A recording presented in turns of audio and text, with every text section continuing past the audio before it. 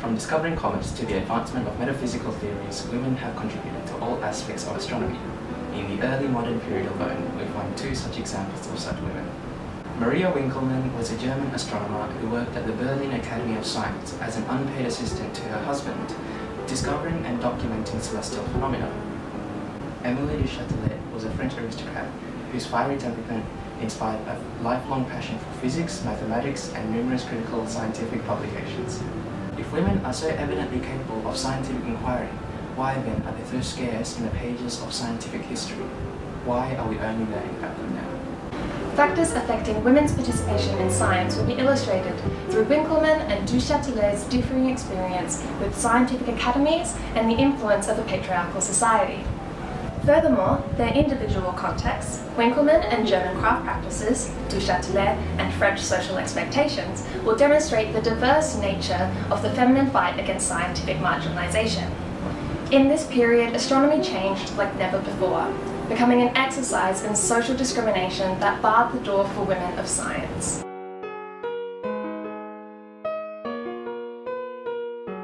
The Enlightenment saw the rise of contemporary scientific academies. One such place was the Academy of Science in Berlin, home to the German astronomer Maria Winkelmann. She was the unpaid assistant to her husband Gottfried Kirch.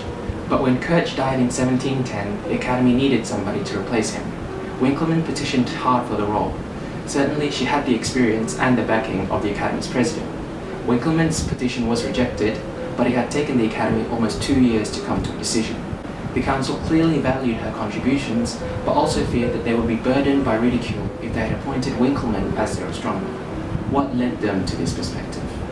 The Berlin Academy and others like it were founded upon the principles of empirical science and served to bring academics together in a bid to coordinate the study of nature. However, many contemporary thinkers felt that reason and logic were masculine traits, citing sexual differences such as cranial capacity. The philosopher Immanuel Kant believed that learned women may as well have a beard, and that learning destroys the merits proper to her sex. Being a member of the Berlin Academy, Immanuel's words reflected those of his peers. They had followed an unwritten rule common across Europe that restricted women from participating in scientific academies, and by doing so, they had locked women out of organized science. Like the German institution, the Paris Academy of Science was a hub of scientific progression in France. From its conception in 1666, the Academy did not admit women as full members until 1979. As with Winkelmann, this was an obvious impediment to the participation of French women in scientific endeavours. However, the Academy also offered significant opportunities for such outsiders. In pursuit of the scientific truth surrounding the nature of fire, Émilie du Châtelet entered an anonymous essay competition administered by the Paris Academy in 1738. Well versed in natural philosophy, du Châtelet's dissertation argued against a Newtonian concept of fire, asserting that it was neither spirit nor matter, as it possessed no weight and could penetrate all inanimate bodies. She did not win, but was awarded an honourable mention, and upon revelation of her identity, the Academy agreed to publish her essay in a competition collection. Entitled as A Young Lady of High Rank, du Châtelet became the first woman to have an Academy-published dissertation, consequently receiving reviews from academic journals as a voice of scientific authority. While this is a largely exceptional circumstance, a reflection of her nobility and influential connections, this publication nonetheless granted Émilie credibility in the scientific community. This would later aid her scientific endeavours.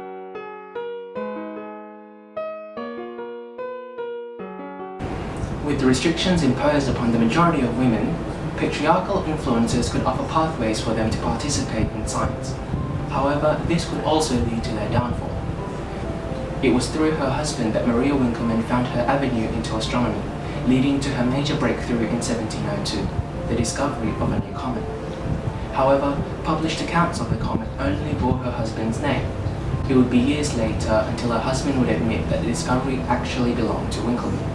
This shows how wifely workers like herself often have their efforts falsely ascribed to the man they work with. The concept of a female assistant was not new either, leading one to ask, how many important discoveries in history have incorrectly been attributed to a man? Du Châtelet's noble status enabled more than the extravagant aesthetics seen in her portraiture.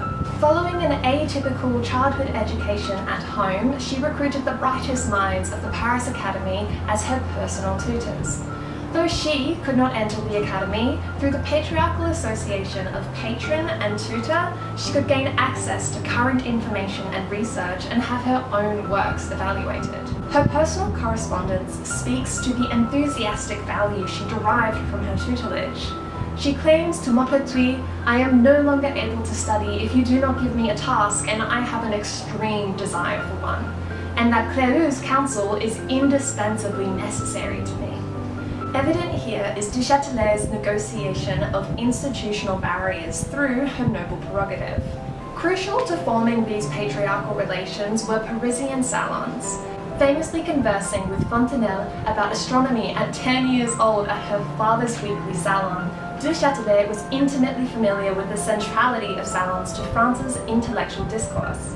Within these informal gatherings, often hosted by women, the boundaries that ordinarily divided the Parisian intellectual and social scenes became permeable.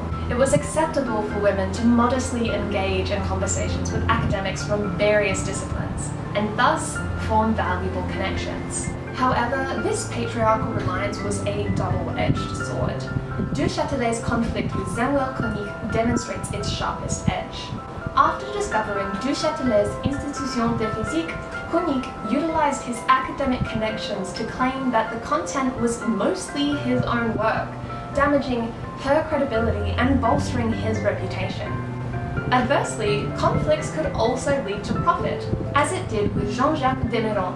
The Academy pensionaire responded to Du Châtelet's dispute of his defense of Cartesian physics via the Republic of Letters, intending to put the offending woman back in her place.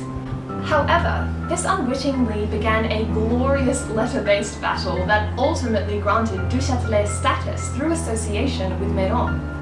As such, through Winckelmann and Du Châtelet, we see the precarious nature of feminine reliance upon patriarchal association.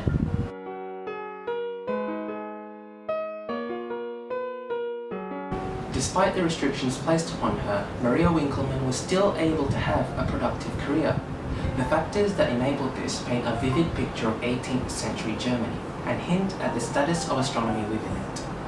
Winckelmann owed her career to the perpetuation of craft traditions that redefined astronomy, that enabled her to work alongside her husband in the early stages of her career, producing extravagant astronomical calendars. The creation of these calendars gave them the experience that saw them hired by the Academy in 1700. But what were these craft traditions? In Germany, philosophers spun theories about the stars, but they left the data collecting to craftsmen.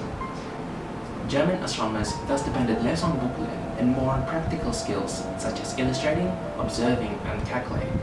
This made astronomy more accessible to women, as wife and husband would work together to make their observations. Remarkably, in the late 1600s, one German astronomer in every 7 was female.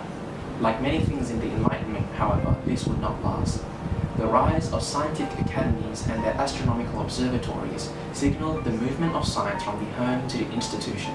Astronomy ceased to be considered a trade, forcing women to lose their one pathway into the field. Generations after Maria Winckelmann found the door to astronomy that was previously open for her now firmly closed.